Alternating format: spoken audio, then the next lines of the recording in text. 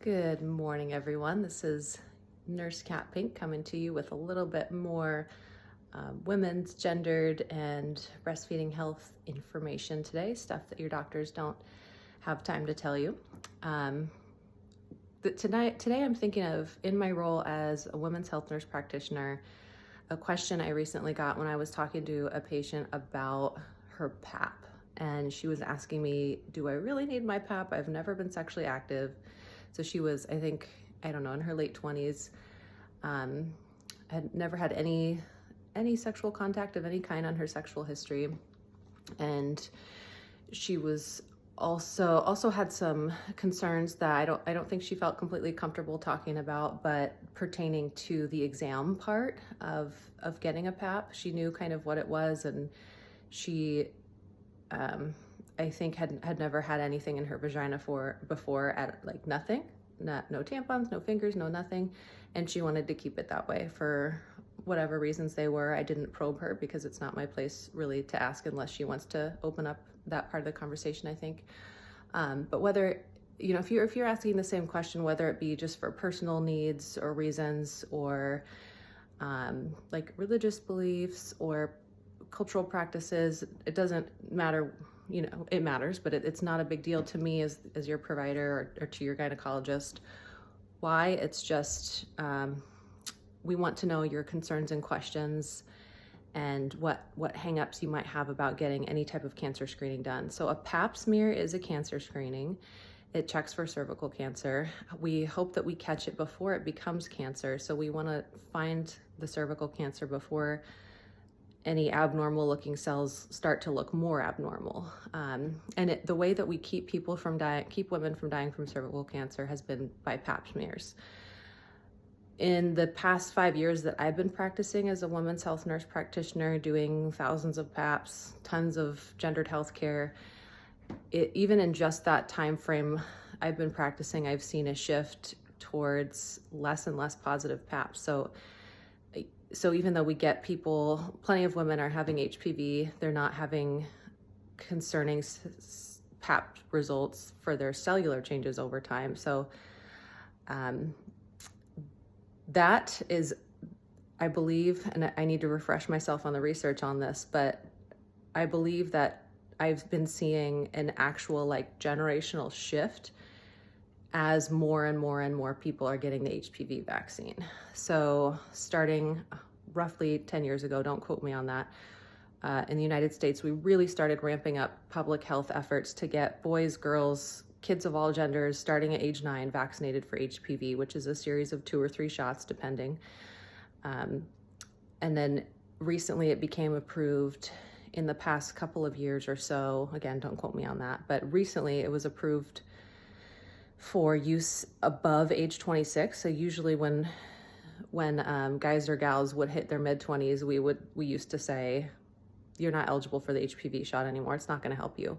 But that's totally dependent on the person, right? And more so, insurances are covering the HPV vaccines up until people are even in their 40s. So my patient, circling back to the patient story, originally when she said, do I really need a pap smear? I've never been sexually active. That was a great question, because what does the HPV vaccine do? It prevents cervical cancer, throat cancer, mouth cancer, lots of other types of cancer prevention caused by a virus that's often sexually transmitted. It doesn't always have to be in a sexual context that it's transmitted, but that's the most common kind. So anal sex, oral sex, vaginal sex, that's part of why we see when someone hits their 60s or 70s, later in life, then they have anal cancer, cervical cancer, mouth cancer. It's because that virus got to sit in there and do its dirty work. With the vaccine, we're going to see lower and lower rates of head and neck cancers, reproductive pelvic cancers, and anal cancers. So circling back again to this patient, what I told her was that since you've never been sexually active, you are at much lower risk of cervical cancer, because usually the cervical cancer is caused by the HPV virus.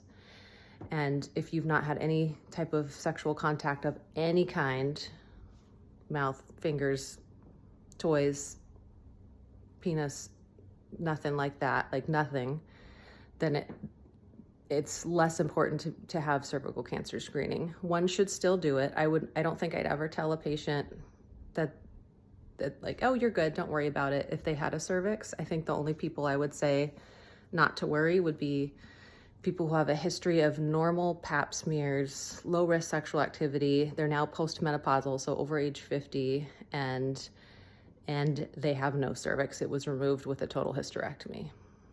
And I confirmed that it was removed by a vaginal exam. In that context, I'd say, sure, don't worry about it. But there can still be cancers in the vaginal area. So, I mean, that's different. We're getting into more squishy territory there. But I told this patient, like, basically, yes, you're in your 20s, you've never had any sexual contact of any kind. You're right, I am less concerned, as you are, less concerned for getting this cancer screening done. And if the downside of getting a vaginal exam where I introduce a pap broom into the vagina and gather a sample of the cells from the face of your cervix with a gentle broom that you probably won't feel, or you might have some cramping, but it's a tolerable, very quick procedure, should be.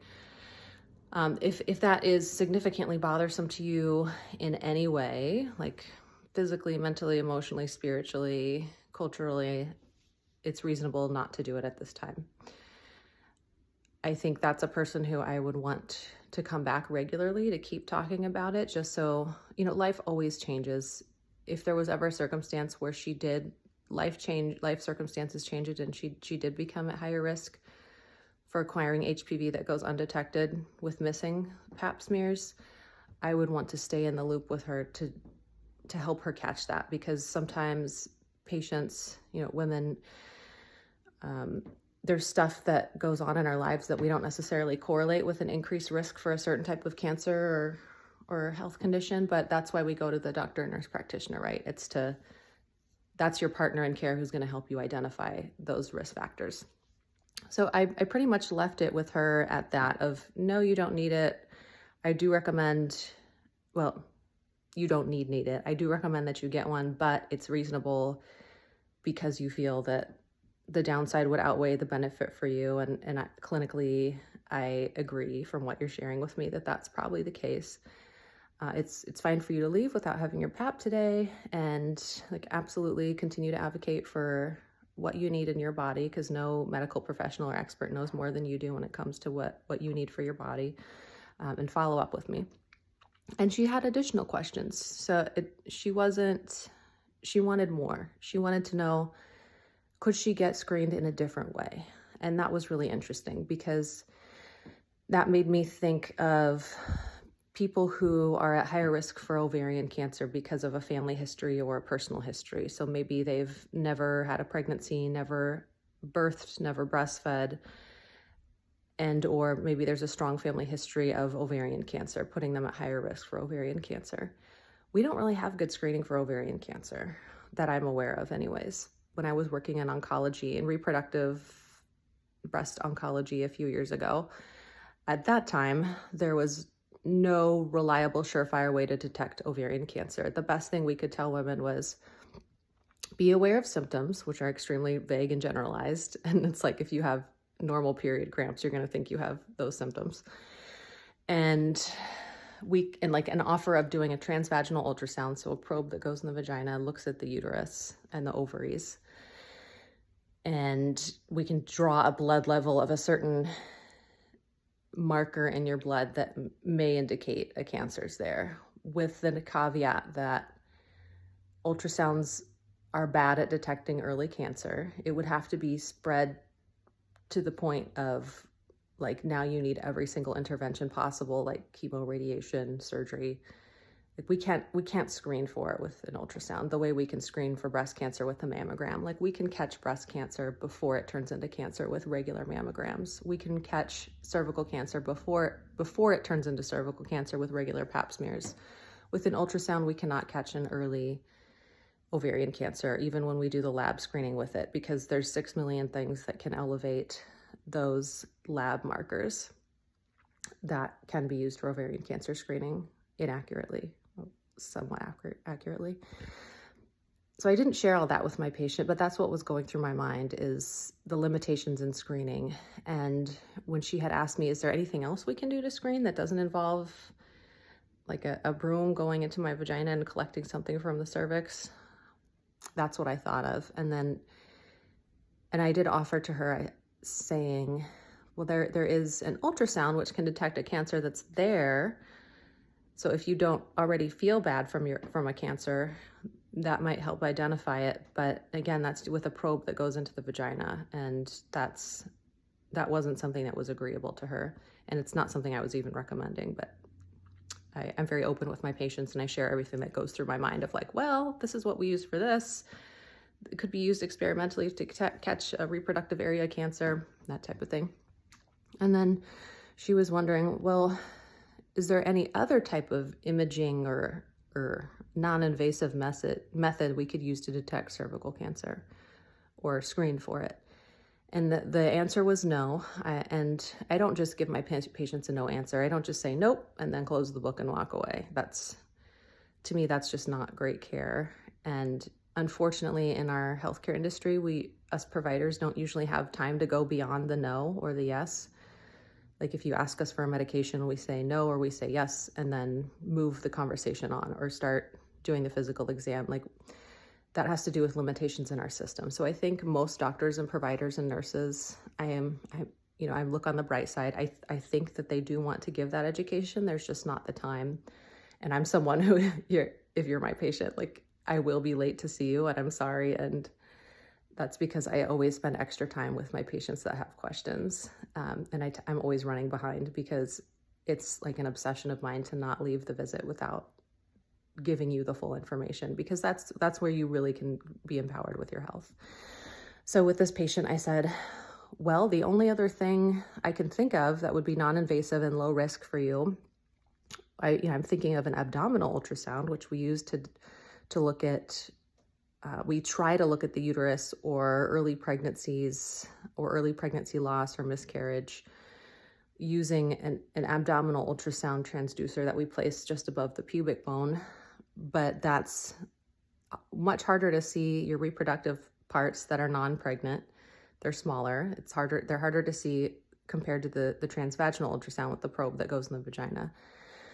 So that method alone for looking in the reproductive area is not good. It's going to not be really helpful. And then especially when we're talking about cervical cancer, unless that cancer has progressed to a point where there's a huge tumor that we can see, or like metastases we can see just with an ultrasound of the abdomen, at that point, it's going to be likely to be so spread that you're going to have a lot of other symptoms that you'll catch before that. Like that's the point where that cancer has really spread and we're in trouble. So that's not what I consider screening. That's a late detection, essentially. So I explained all this to her, and she still had questions, which is really common, especially when I'm working in primary care. When I'm giving that person their full spectrum health care, women are not used to having someone who's a WHNP and an FNP like me. So like someone who has gone to school twice to study 2 different graduate advanced practice nursing educations for full person, full lifetime, all gender health with the family nurse practitioner primary care education I had, and then the specialist OBGYN education I had when I was at Yale as a training to be a WHNP. So a lot of my patients, when I can't answer all of their questions, sometimes they'll want to see a gynecologist. And I absolutely sent her to a gynecologist because she wanted that. I'm here to be a breaker downer of gates, not a gatekeeper, even though I knew that she would not get much different information. But I also knew there was a small chance she could, because gynecologists know it a lot more than me when it comes to outside of the norm care or outside of the textbook care. They have that kind of hyper specialist, high level knowledge that I don't, and especially when it comes to anything surgical or anatomy, that they're the experts. When it comes to prevention and primary care, as a nurse practitioner, I'm an expert, and that's where I come in to complement gynecologist physicians. is they really manage once things have gotten bad, how do we treat it? How do we do the surgery to fix it? And my role is how do we prevent something from happening? How do we treat minor things? How do we do non-surgical care? So that's kind of my long roundabout answering of the question, is there anything I can do besides a PAP? I'm going to add a side note. I've seen some companies recently introduce home PAPs where I actually haven't looked into it. I don't know if they send you a PAP brush in the mail that I think some people are skeptical. I'm skeptical of it because I would not want people to get a false impression that they're going to get an accurate pap smear from doing it at home. It's quite likely that they would not get a sufficient sample to be actually processed at the lab. And if they did, which is hard to do. I mean, even an experienced clinician like myself who's done thousands of PAPs, even I will have people's reports who come back saying insufficient collection of cells because, like, despite my meticulous visualization and of the cervix and applying the tool very carefully to collect the cells at the cervix using a speculum, still sometimes I don't get all the cells I need. And for people doing it at home blindly without a speculum, you're going to have to get in a position where you have to put it up into the vagina yourself. I'm just like, how do you get an accurate sample? So I'm hoping that the companies that are doing this, part of me is excited because I'm like, cool, you're accessing care to PAPs to people that can't get into the office, or the office has been booked up, or the pandemic closed down the office that they were going to go to get their PAP, or for people that are inherently uncomfortable getting this done because their providers are not going to understand them, or going to judge them, or shame them even, or misgender them. It makes sense for folks to have access to something that otherwise they just wouldn't do. So for people that otherwise would never ever dream of going in to get a PAP at an office, I'm excited that maybe a home PAP could be an alternative to helping make sure those people get some type of screening for cervical cancer. But I think it would only be okay if it has a big, strong, huge disclaimer that's given multiple times of like, you could get an inaccurate or insufficient result. And this is not as good as getting it done in the office with a provider who's trained in getting adequate pap smear samples. And you could have undetected precancer or cancer by doing a home pap. Don't rely on it, that type of thing. Like, I think if it has disclaimers, then it's probably fine. And there may even be a lot of value in offering that to consumers, to people. So that's my little side note on a home pap, or like a self-collected pap. That's different than a self-collected STD swab. So those are a lot easier to do, to self-swab yourself, whether that be in your front hole, vagina, or even orally. If you don't like people going inside of you for whatever reason, you're not okay with it, self-swabs are a lot more reliable than collecting like something like a self-pap. That's really, really, really hard to do, like just anatomy-wise. Even me, someone who's done a lot of PAPs on other people, I absolutely don't feel confident I could get a stiff pap broom all the way to my cervix without hurting something in the process and still not being unsuccessful. It's just anatomically the way your body has to be positioned and stuff. And the way that the anatomy is, it's just good luck with that. But caveat that maybe there's some new technology I don't know about. So don't take my word for it. Research it yourself. And yeah, so I hope you enjoyed my spiel about alternatives to PAPs. There's really no great alternative. You should get your PAP done the general rule is every 3 years in your 20s and every 5 years after age 30 until you're about 65 years old. But everyone's really different. If you've had a unique PAP history, so you've had any type of abnormal PAPs in the past, especially the recent past, or there's other stuff going on in your medical history or your life, your provider may definitely recommend that you do something different, a different schedule. So don't go by my word. Your individual provider is the best person to trust. I'm just giving you general information on the internet. So trust your gynecologist and your primary care doctors and nurse practitioners and physician assistants more than just this general information. All right, so I will give some resources in links in this YouTube. Thanks for watching, and I hope y'all are excited. Soon I'm getting a backdrop and a fancy lighting, just some cheapo $20 playing around with YouTube stuff. So hopefully I'll have some steadier, fancier videos coming to you soon, and hopefully have my website out to y'all soon by 2022. I am working a lot starting in a week or two, so I'll still be trying to come to you on my days off to share what I know about women's health, gendered health, breastfeeding, hormonal care, and all that good stuff. Until then, Nurse Cat Pink signing out. Have a wonderful day. Bye-bye.